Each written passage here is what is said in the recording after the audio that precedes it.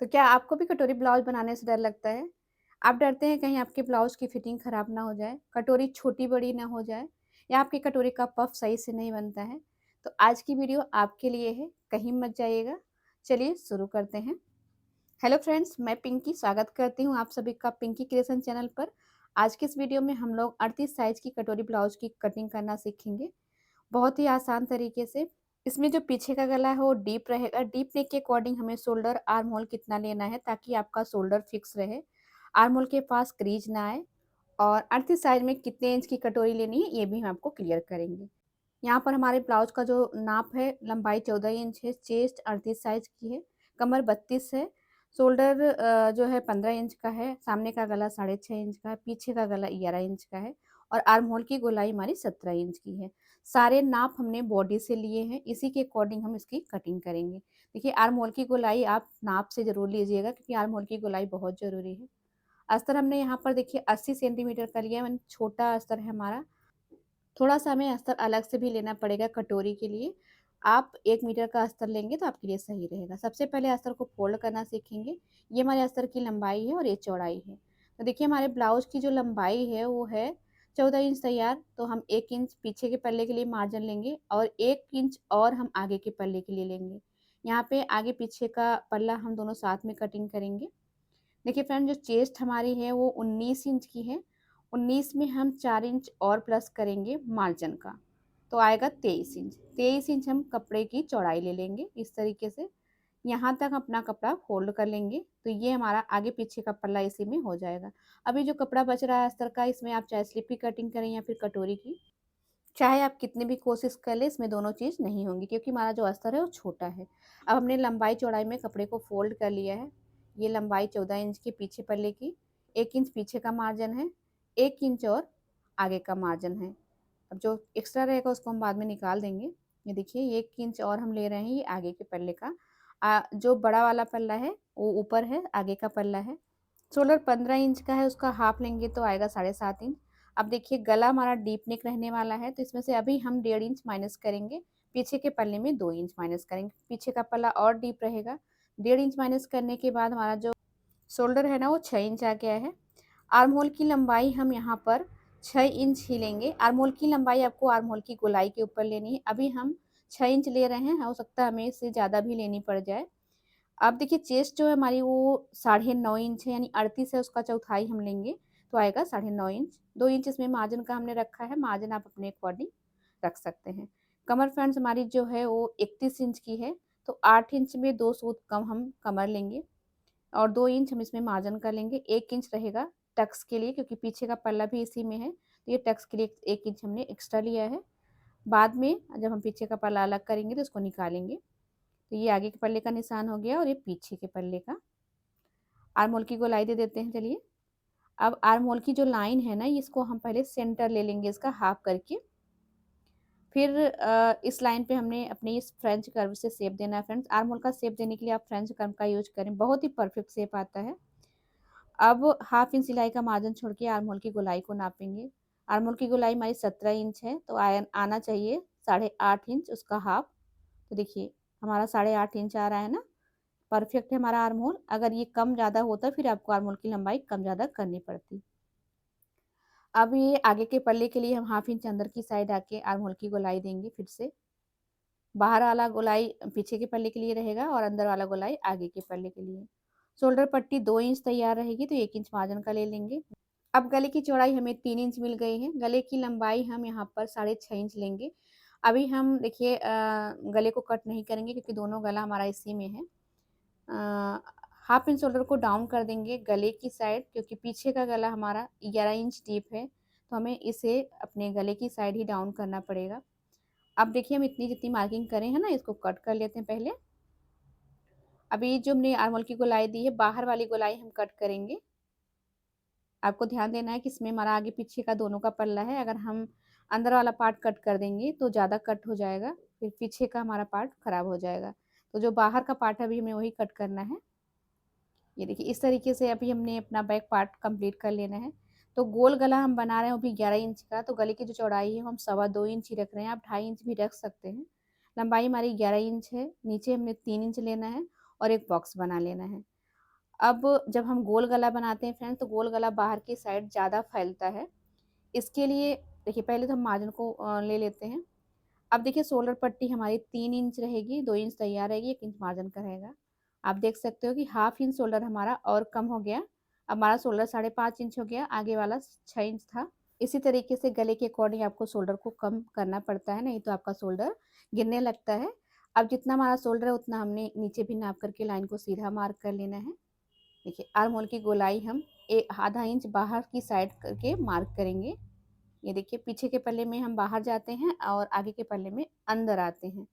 अब हम फिर से आर्म होल की लाइन को हाफ करेंगे। यहाँ पे हम फ्रेंच कर्व से अपने आर्म होल का शेप दे देंगे। ये देखिए फ्रेंच कर्व आप ज़रूर रखें अगर आप सिलाई करते हैं तो, सिलाई आपको पसंद है तो। अब चेस्ट भी हम कम करेंगे फ्रेंड्स, क्योंकि चेस्ट हमारी 38 हमने 9.5 इंच पे मार्किंग की थी। आधा इंच कम कर देंगे, 9 इंच कर लेंगे। अब आर्म होल की गोलाई को नापेंगे, तो देखिए कम करने के बाद हमारे आर्म होल की गोलाई सही है। अगर हम चेस्ट कम ना किए होते तो आर्म होल की गोलाई हमारी ज़्यादा हो जाती। तो इस तरीके से आपने क्लियर कर लिया फ्रेंड्स कि जब हमारा गला डीप होता है तो हमें शोल्डर भी कम करना होता है और अपने चेस्ट को भी माइनस करना पड़ता है। आर्म होल की गोलाई के अकॉर्डिंग आर्म होल लेना पड़ता है। हाफ इंच देखिए मार्जिन हम कट कर देंगे, यानी कि निकाल देंगे। पीछे का पल्ला हाफ इंच हमने कम मार्क किया है आगे के पल्ले के अकॉर्डिंग। आई होप फ्रेंड्स कि आपको ये चीज़ क्लियर हो गई हो। ये आप क्लियर कर लेंगे तो आपका जो शोल्डर है वो एकदम फिक्स रहेगा। डोरी नहीं लगाएँगे फिर भी आपका शोल्डर नहीं गिरेगा। देखिए इतने से भी आपका शोल्डर फिक्स नहीं हो जाता है, थोड़ा-सा सिलाई में भी आपको ध्यान देना पड़ेगा। तो यहाँ पे आपको ये चीज़ तो क्लियर ही हो गई होगी कि जब गला डीप हो और गोल गला हो तो आपको शोल्डर ज़्यादा माइनस करना पड़ता है। तो अब हम चलिए सामने वाले पल्ले को कट करते हैं। तो यहाँ पे देखिए हाफ इंच हुकाई की पट्टी का ले लेंगे और जो एक्स्ट्रा कपड़ा है उसे हम निकाल देंगे। 1 इंच एक्स्ट्रा कपड़ा पीछे के पल्ले का टक्स था, तो हमने इसको निकाल देना है। ये क्लियर हो गया। आर्म होल की जो हमने गहराई की मार्किंग करी थी उसको कट कर लेंगे। आई होप कि फ्रेंड्स आपको यहाँ पे कोई डाउट ना हो रहा हो, सारी चीज़ें हम आपको क्लियर करते हुए चल रहे हैं। गले की जो लंबाई हमने 6 इंच ली है, तो हम 5 इंच पर नाप करके ऊपर छोड़ देंगे। जो नीचे बच रहा है उसमें हम गले का शेप देंगे इस तरीके से।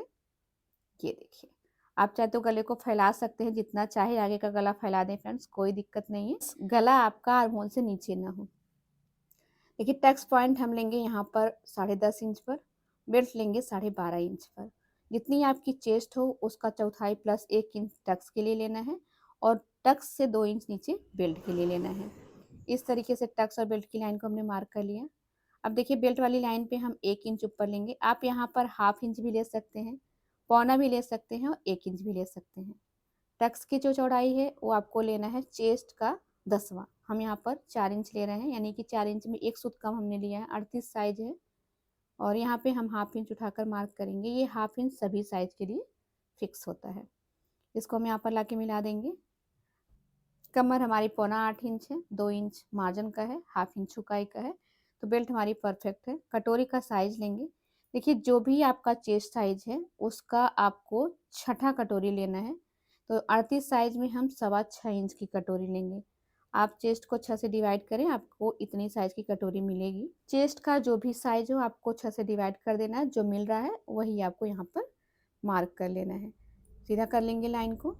आर्म होल के पास देखिए यहाँ से हमें 2.5 इंच लेना है, ये सभी साइज के लिए फिक्स होता है। अब फ्रेंच कर्व को लेना है और ये जो तीनों पॉइंट है, ये वाला और ये टक्स वाला और ये गले वाला, तीनों को अपने फ्रेंच कर्व के गोलाई पे मिलाना है और फिर शेप बना देना है। देखिए शेप बड़ी ही आसानी से आपका बन जाएगा। ये देखिए इस तरीके से। तो अभी हमारी कटोरी की मार्किंग हो गई है, अब हम कटिंग कर लेते हैं। देखिए सारे पार्ट हमारे कंप्लीट हैं, बस ये जो कटोरी है इसी को हमें अलग से कट करना है।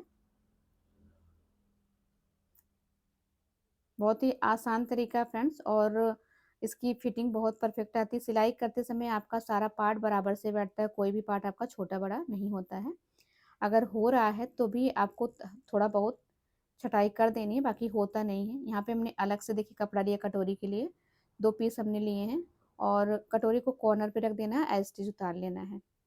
अब हमने क्या करना है देखिए, सबसे पहले हाफ इंच हुकाई का मार्जिन ले लेंगे। हुकाई का मार्जिन हम पहले क्यों लेते हैं, क्योंकि ये सीधा रहता है ऊपर से नीचे तक, तो हम इसको मार्क कर लेते हैं। ऐसे देखिए। अब साइज़ बढ़ाएँगे, तो देखिए कटोरी का जो साइज़ है ना, जितनी आपकी चेस्ट साइज़ है उसका चौथाई आपको लेना है। तो यहाँ पे 9.5 इंच की हमारी चेस्ट साइज़ है, तो हम 9.5 इंच की ही कटोरी लेंगे, इस तरीके से। अब हम इसको मिलाएँगे कैसे? ये 9.5 इंच हमने ले लेना है। इधर की साइड इसको हम देखिए तिरछा मिलाएँगे, यहाँ से यहाँ तक, और इधर की साइड के शेप के लिए इसी कटोरी को रख के, ये देखिए इस लाइन पे मिलाते हुए रखेंगे, ये देखिए। और अपनी ही कटोरी का शेप हम उतार लेंगे, तो शेप भी हमारा परफेक्ट आएगा और जोड़ते समय आड़ा तिरछा भी नहीं होगा। ऊपर तक मिला देना है। अब देखिए जो हमारा साइज आया है ना, इसको हम इस तरीके से हाफ करके इसका सेंटर लेंगे। ये देखिए, जहाँ पे सेंटर आ रहा है वहाँ से 1.5 इंच नीचे लेना है। अगर आपकी हाइट थोड़ा ज़्यादा है तो आप पौना इंच भी ले सकते हैं। अब देखिए इस शेप को हमने यहाँ पर मिलाना है, इस जगह पर। तो इस कटोरी को हम डबल कटोरी में चेंज करने वाले हैं फ्रेंड्स, थोड़ा-सा हम बढ़ाकर लेंगे, इस तरीके से देखिए। क्योंकि इसी सिंगल कटोरी को हम लोग डबल कटोरी बनाना सीखेंगे, तो इसलिए आपको थोड़ा-सा बस नाम मात्र का लेना है, क्योंकि 2 सूत हमें सिलाई में दबाना है। इधर की साइड अगर आपको पार्ट बड़ा दिख रहा है ना, इधर की साइड, तो आप इसे छोटा भी कर सकते हैं, अगर आपको ज़्यादा बड़ा नहीं पसंद है। जितना आपको पसंद है आप उतना कर सकते हैं। अब हमारी कटोरी की मार्किंग हो गई है, इसको हम कट कर लेते हैं। ये देखिए। उम्मीद करती हूँ फ्रेंड्स कि आपको कहीं पे कोई डाउट ना हुआ हो, अगर हुआ हो तो आप कमेंट बॉक्स में पूछ सकते हैं। अब हम कटोरी पे टक्स लगाएँगे, तो देखिए इस तरीके से कटोरी का हम सेंटर लेंगे, छोटा-सा कट लगा लेंगे सेंटर पे, हाफ इंच सिलाई का मार्जिन छोड़ देंगे। अब जो कटोरी का हमारा साइज़ है, 6.25 इंच, उसको इस तरीके से हाफ करेंगे और मार्किंग कर लेंगे। जितना बच रहा है वही हमारे टक्स की सिलाई में जाएगा। टक्स की लंबाई हम 3.5 इंच ले लेंगे, ये देखिए इस तरीके से। आप देखिए कितने आसानी से हमारी कटोरी जो है कट हो गई है। ये सिंगल कटोरी का पैटर्न है फ्रेंड्स। अगर आप इसको डबल कटोरी बनाना चाहते हैं तो बस एक छोटी-सी सिलाई लगा के आप इसको डबल कटोरी बना सकते हैं और उसकी फिटिंग बहुत ही परफेक्ट आती है। अब देखिए हम स्लीव की कटिंग करेंगे, तो यहाँ पे स्लीव की लेंथ जो है 4 इंच हम रखेंगे, 1 इंच में मार्जिन का प्लस करेंगे। आर्म होल की गोलाई जो हमारी 17 इंच है, यानी 8.5 इंच है, 1.5 इंच हम एक्स्ट्रा लेंगे। इस तरीके से हमने देखिए 10 इंच कपड़ा लिया है। अब हम इसका एक बॉक्स बना लेंगे। छोटी स्लीव है तो हम एक मार्किंग और करेंगे 2.5 इंच पर। अगर यहाँ पर आपकी स्लीव बड़ी होती तो आप यहाँ पर 3 से 3.5 इंच की मार्किंग करते। आर्म होल की गोलाई 8.5 इंच है, तो 8.5 इंच पे इस तरीके से हम मार्किंग कर लेंगे। ये देखिए 1.5 इंच सीधा रखेंगे, फिर यहीं से हम स्लीव का शेप दे देंगे। बहुत ही आसानी से स्लीव का शेप बन जाता है। बहुत ही परफेक्ट तरीका है फ्रेंड्स। स्लीव की मोहरी 6.5 इंच है और फिर इसमें भी हम 2 इंच का मार्जिन ले लेंगे, इस तरीके से। कटिंग और फिटिंग दोनों को मिला लेंगे। अब देखिए हम इसकी कटिंग कर लेते हैं फ्रेंड्स पहले, और यहाँ जहाँ से तैयार है यहाँ से हाफ इंच अंदर लेके हम इस तरीके से गहराई देंगे। जो गहराई है सामने वाले पल्ले में आएगी। अब दूसरी स्लीव भी हम इस तरीके से कटिंग कर लेंगे। अगर आप स्लीव की कटिंग इस तरीके से करते हैं तो आपके स्लीव पर जॉइंट नहीं आएगा और आपका स्लीव जो है एकदम परफेक्ट तरीके से बन जाएगा। ये देखिए, तो यहाँ पे हमने अपनी स्लीव की भी कटिंग कर ली। कटिंग हमारी कंप्लीट हो गई है स्तर पर। अब सारे पार्ट को हम अपने मेन कपड़े पर रख कर कट कर लेंगे। देखिए इस तरीके से सेंटर सेंटर पे आपको कट लगा दें, ताकि सिलाई करते समय आपका कपड़ा इधर उधर ना हो। सारे कपड़े को सेट कर लेंगे और कटिंग कर लेंगे। यहाँ पे कटिंग हमारी कंप्लीट हो गई है। इसकी सिलाई की वीडियो भी अगर आप देखना चाहते हैं फ्रेंड्स, तो कमेंट बॉक्स में ज़रूर बताइएगा। Thank you.